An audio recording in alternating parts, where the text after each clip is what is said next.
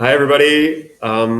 Back live with e-commerce live here. And as usual, I'm super excited to have a guest here. Today, it's going to be really special because it's a slightly new angle, something that we haven't done before. And the point really of the e-commerce live is as we're building e-commerce, we're just meeting so many amazing founders, marketeers, innovators from across the world. And the point is to share those conversations live with you and get input, questions from people tuning in. So without further ado, I'd love to introduce Edward Hertzman today. Edward is a serial entrepreneur, has built some really big businesses. He is the founder of Sourcing Journal that he sold, and now he's the founder of Athletech News and another super successful venture that he started last year. But I'd love to hear it from in your words, Edward, and you can explain best with all the things that you've done. Thanks, Roy. I appreciate being here. I'm sure a lot of the people listening know me from Sourcing Journal and Rivet, but really my background starts out in supply chain. I was manufacturing for a lot of large retailers and brands. I saw the white space. I saw that there was an underserved community being the supply chain and that there was no quote unquote Bloomberg of sourcing and supply chain. So built that, never really thought it would have grown to be what it became. Ended up selling that to Penske Media. While I was there, I obviously got exposed to great titles, legacy brands like Billboard and Variety, et cetera, WWD. And then where is this for the fitness and wellness community? And I thought there was just a white space, built that out. And out of that, the media is a great way to you start hearing from all these organizations, all these executives, all these companies, some things they're struggling with. So I've also built like an on-demand manufacturing business where I create product for these fitness companies. But it's been a really incredible past 24 months. I mean, Athletech has grown far quicker than I would have expected. And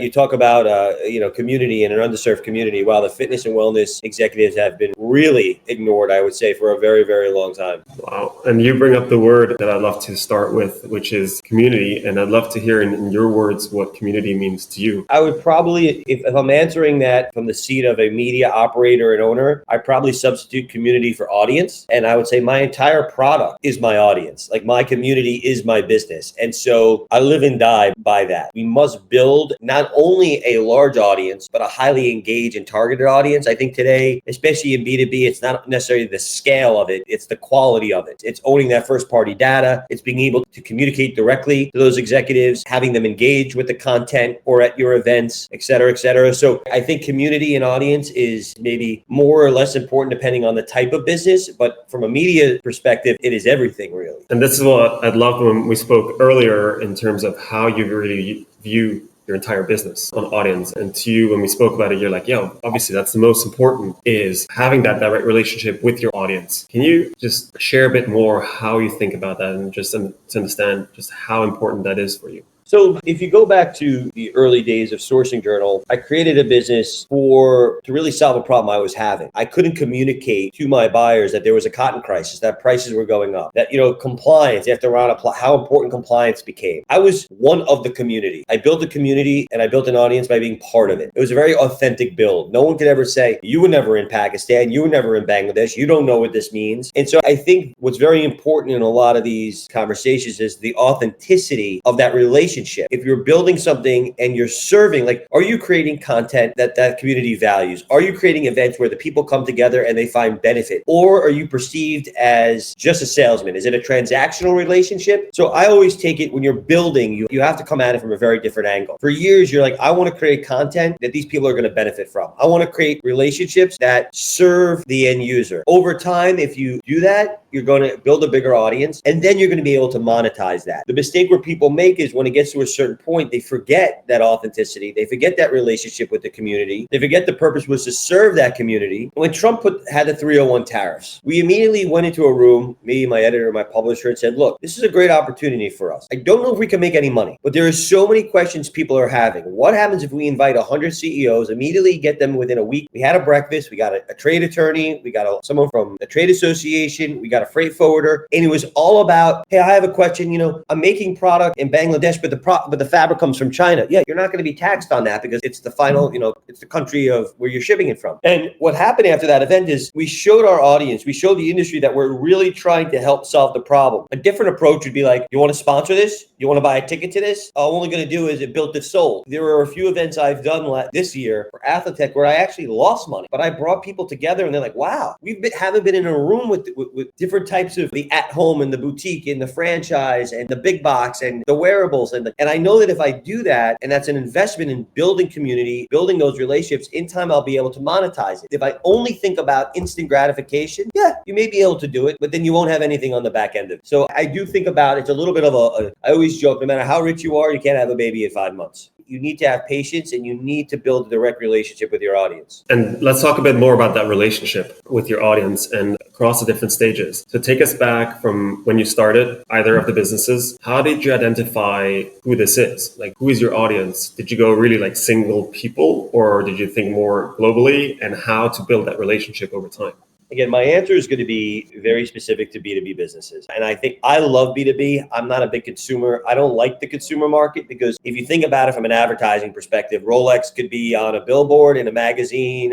The amount of options that they have is endless. Chevy, endless. Citibank, endless. But if you're a freight forwarding company, or let's use the current example, you're selling treadmills and you want to reach gyms. Well, I can identify exactly who the seller is and exactly who the buyer is. And it's a lot easier for me to, I don't want to say force that marriage, but force that marriage. If I just said, hey, I want to market those treadmills to millions of people in this country that may want to buy it, that's a whole different value proposition. And so I think when you're building B2B communities, it's easier. You can literally go to a whiteboard right now and say, okay, these are the titles, these are the companies, and then these are the people that are trying to sell to them. So you start to create content very specifically for them. And look, I'm not going to lie, like it's a slow, like when you start, you're emailing yourself, then you get a few subscribers, you forward it to a few friends. The question is, does the 1,000 people you start with go to 500? Well, then you're not creating value. If the 1,000 goes to 2,000 and people are sharing it, now it's 5,000, 10,000, 20,000. You're creating something that people are sharing. It's a great feeling. It's a great validation. Although you can't take this to the bank and eat off of it. It's when someone's like, this article got sent around my office. Oh, hey, my boss made sure we all read this. Or, hey, we printed this report out and someone gave it to me because they thought it would be really good for me to read about this when I just got hired. It's a great, it's a great onboarding, whatever. Then you're creating valuable content. And talking about this, so you said it takes more work, right, to create community, to build that. How have you found that it's been worth it for you? There's different stages, right? The first stage is, what is the engagement? Are the open rates high? Are people reading the content? If you see they're resonating with the content, if they're engaged with the content, then you invest in more content. And then little by little, it's like, are your advertisers coming in? If the advertisers are coming in, very rarely, I always joke. I always say to people, have you ever called Seamless and said, hey, thank you so much for delivering that dinner on time. And by the way, the soup is warm. And thank you for putting the salad dressing on the side. No one has ever done that. But you have no problem picking up the phone and saying, you forgot this, it was late, it was cold, I want a refund. So I say, don't expect the phone to ring with accolades. So very rarely is someone going to call you and say, I just want to let you know I just signed an enterprise deal worth millions of dollars because of the advertising I spent with. They're not going to want to show you their hand. But when someone does a test, if they say, hey, I'm planning 23 or 24 or 25, and what more can we do? How do we do something bigger? Well, that's the proof is in the pudding, right? If someone's going to spend 10,000 with you the first year and then they come back year 2 and spend 50 and then 100, that is, clearly it's working. So if someone goes to an event and they have a great experience and next year they come back and bring 3 members of their team, what you're doing is working. And I think that you can't have a transactional relationship.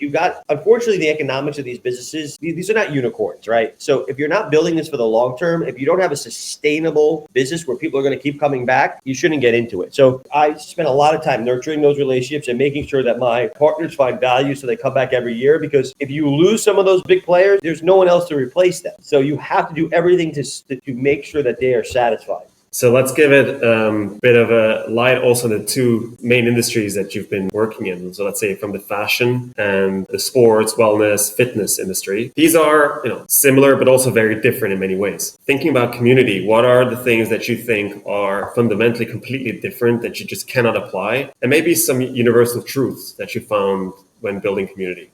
The similarity between both of them is that I saw a relatively large business that was completely underserved. Now, when people think fashion, they think runway, they think designers, they think LVMH, Paris Fashion Week. It's not sexy to talk about port congestion, raw material inflation, and strikes.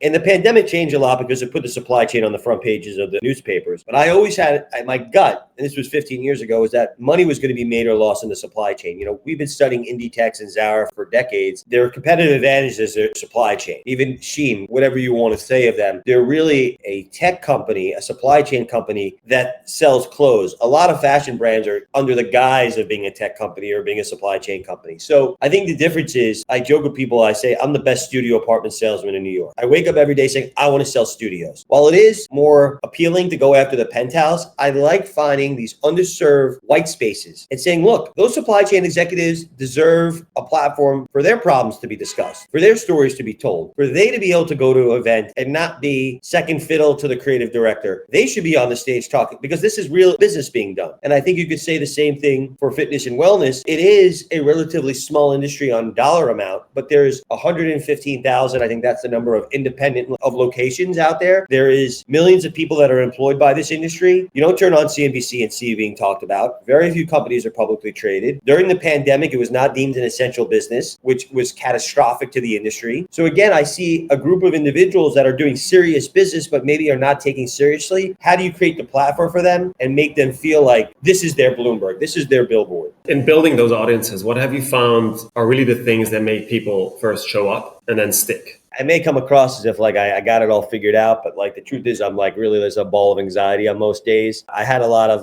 doubt, maybe once lucky, but they say once lucky, twice good, right? So I think I joke with a lot of people that I'm in the social engineering business. I am like the doorman at a club. You could have 3 clubs right down the block. They all serve the same Casamigos and Grey Goose. Why is there a line in one and not a line at the other? Because you're not really selling the liquor. You're selling, again, we're going to overuse this word, that community, that audience, that group of people inside. That's what people, they want to be part of that. Yeah, you're selling the drink, but are you really selling it? There's a great thing I recently saw, you want to sell an emotion. So you want to sell something that is almost intangible, right? When you buy a Ferrari, you're really buying a car, or are you buying a status symbol? When you buy, there was this, I got to find it and send it to you, Roy, but they identified all these brands. Apple sells this, LVMH sells this. It's very, very interesting. What I would say is, from a social engineering perspective, what I mean by that is there is some content you write because it is mission critical for executives to read. Then there are things if I write about your company, I guarantee you within 1 or 2 weeks, your 2 or 3 competitors are going to email, well, how do I get written about? And then all of a sudden, one of them advertises. Now the 2 or 3 other competitors, how do we do that? Because the salesperson's like, whoa, Roy, these companies are getting all this exposure. I want to get that exposure.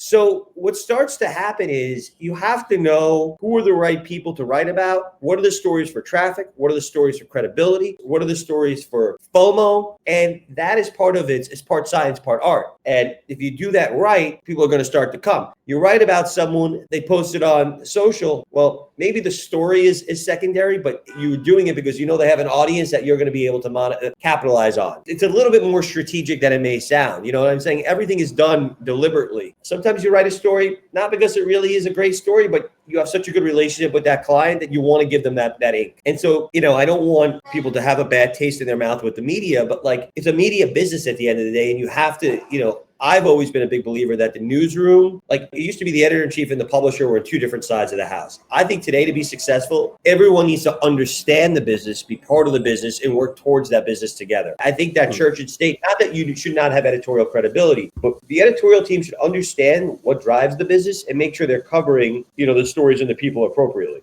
And if we take that even further, right? So within the team in the media house, that everybody understands the business, but now we even take that further where a lot of other businesses, including brands, retailers, create a lot of content, media. How do you see that interplay between, let's say, the traditional media houses that really came out of that media corner and, let's say, brands that make money out of selling products coming into that media arena? Where do you see this land and where do you see this going?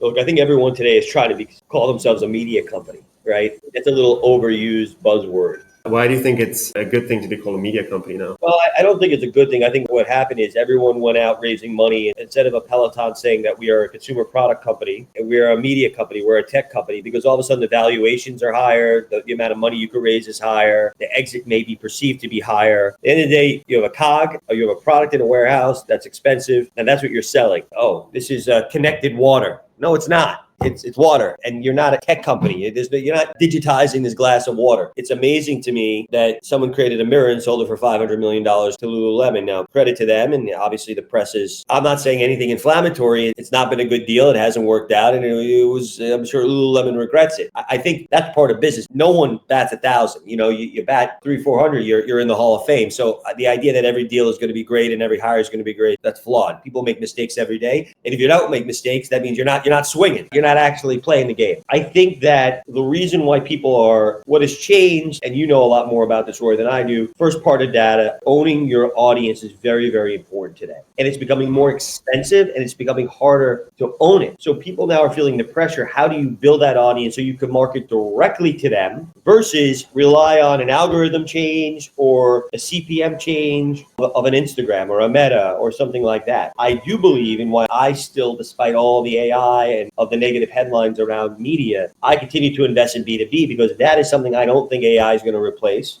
AI is not going to get 500 people in a room of like-minded executives. AI is not going to have an interview like we're doing right now, but commoditized content, 10 things for this, a regurgitated press release. We're going to see a lot of disruption in this space. But I do think it's, whether you want to call it community or whatever word you want to use, companies need to know who their customer is and have a direct line of communication with them. Over time, it's easier to sell more to the existing customer than it is to get a new customer. And you don't want someone else to own that data at the end of the day. And then you're trying to communicate to your customers and you can't do that. So I think that's what's really going on right now. So how do you do that, right? How, when you think about your audiences, so we're talking about the audiences and the importance of it. Now, when we look at the different outlets and formats that you have, how do you like to bring it all together, and where do you see what's important within the audiences? So is it all online? Is it all in person? How do you see that mix? If you look at a media business, I don't think there's one path to revenue anymore, right? Like, you're going to make it in programmatic, you're going to make it in direct and indirect, you're going to make it in events, you're going to make it in subscriptions, you're going to make it in affiliate, you're going to do commerce. Every business is the weight of,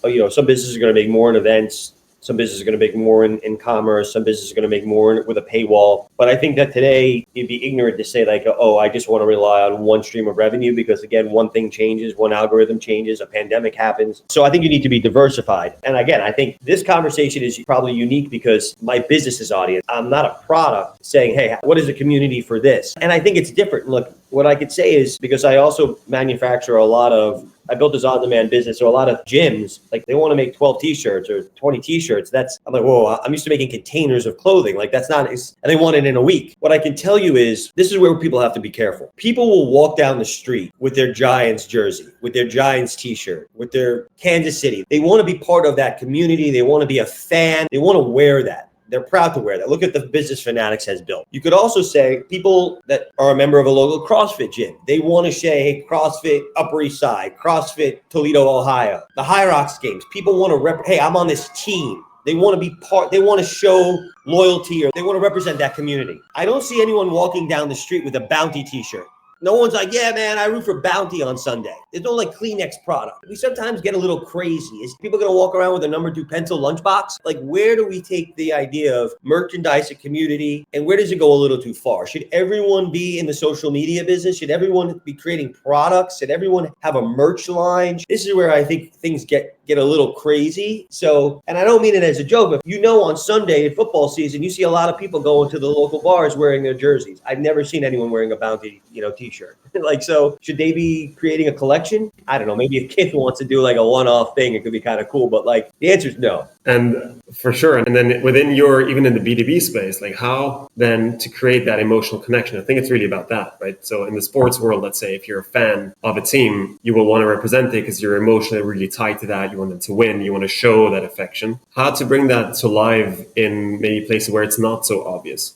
We'll give some tangible examples, right? Like, so if we look at it from like the retail tech perspective, so Sourcing Journal, that was one of our biggest group of advertisers. when the communication, the emails, at times people get, I don't want to advertise anymore. I'll do my own webinars or I'll do my own this. And then they realize they're only talking to their clients. Like the whole purpose of working with someone like us was that not only are you talking to your existing clients, you're talking to potential clients. But I think to go back on that, it's not that they necessarily should create their own publication or their own events, but how are you communicating? Like if every time you send out an email, is it just a product update, a software update? Are you trying to sell something? Are you finding ways to communicate with them on a regular? Like maybe you are putting together a webinar with some executives. Like look what you're doing right now, right? Like this is not you're not monetizing this. If anything, you and I are both taking an hour out of our day and is it good for business, bad for business? I call marketing and PR like compound interest. You save $1 a day, you don't feel it, but over a 10 or 20 year period of time, you wake up one day with the 401k. And so I don't look at what's the instant ROI. I think companies that have created newsletters, we talk about it in the gym space,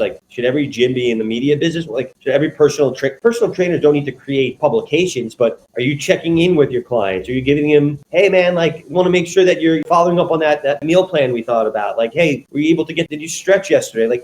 How are you communicating with your clients on a regular basis in a non-commercial, transactional way? I think that's very, very important. Every brand needs to find a way to do that in an authentic way. And that leads us back to exactly the word you just mentioned, authenticity, which is a word that's super important to you in everything you do. And how do you think about balancing this authenticity and really being hey, look, I want the best for you. I want to add value to your lives, to whatever you do. And then also asking first-party data, let's say, requesting an email address, requesting a phone number somewhere along the lines, those kind of things. How do you balance that and how do you make that decision when you think about your business? From an editorial perspective, I always believe that no matter what, 75% should be pure editorial, 25%, let's say, should be paid. I never wanted to fall out of that because I think you don't want to be perceived as pay to play. I think that I've become a little bit more blunt in some of my conversations, hey, I've been writing about you every single day for 3 years. I know you love the platform, but if there is not some type of commercial partnership here, I will cease to exist. And then the platform that you so much love to get your story out with is not going to be around. Maybe I don't say it in those exact words, but sometimes I do. I think that when you're asking people to, we create these reports, right? You don't have to do very much for someone to put their name, their email, their title in. If you're creating good content, they just do it naturally. It's so hard to force something on people. You know what I mean?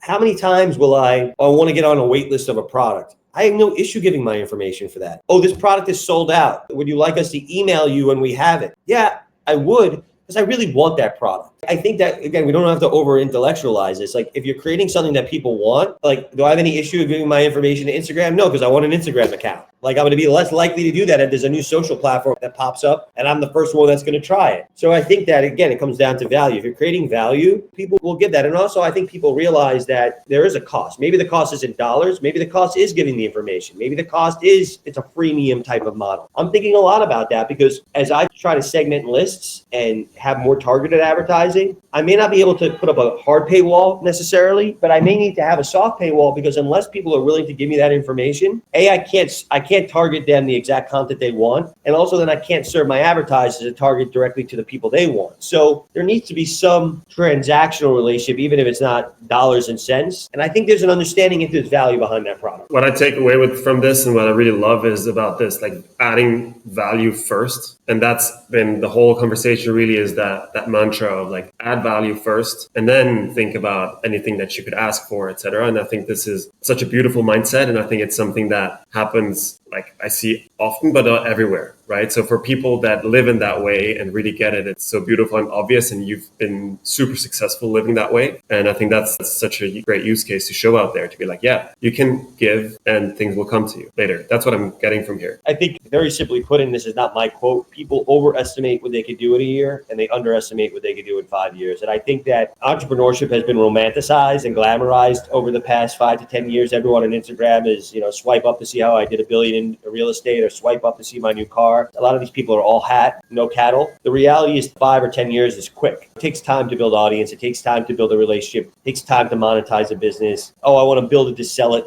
very few businesses get built and sold. Like, create a product that has value, serve an audience, monetize it, have a profitable business, and then the rest will fall into place. I think I've learned that I've had to become patient because, like I said, you can't rush time. Things just take a certain amount of time. So that's my philosophy. Maybe that's not the way to build $1 trillion company or $1 billion company, but at least in the B2B space, it has served me. And I think that the companies that I aspire to be or that I use as inspiration have taken a very similar path in building out their businesses. It's beautiful. Well, yeah, we're at the half an hour. And Edward, I wanted to thank you for this really amazing conversation and for your time. And please let everybody know where they can find you and your businesses. I would say go find me on LinkedIn, Edward Hertzman, Instagram, Edward Hertzman. Look, as I said earlier, like, as much as everyone loves press and everyone loves accolades, I also love to hear the criticism. Just be kind. What can we be doing better? How can we be doing it better? Are you guys out there a company we should be writing about? Should we know about? Can we support you? I have a pretty open door policy. Always want to listen. I always want to get better. So appreciate the time, Roy, and let's definitely talk again soon. Let's do that. Thanks so much, Edward. And thanks everybody tuning in.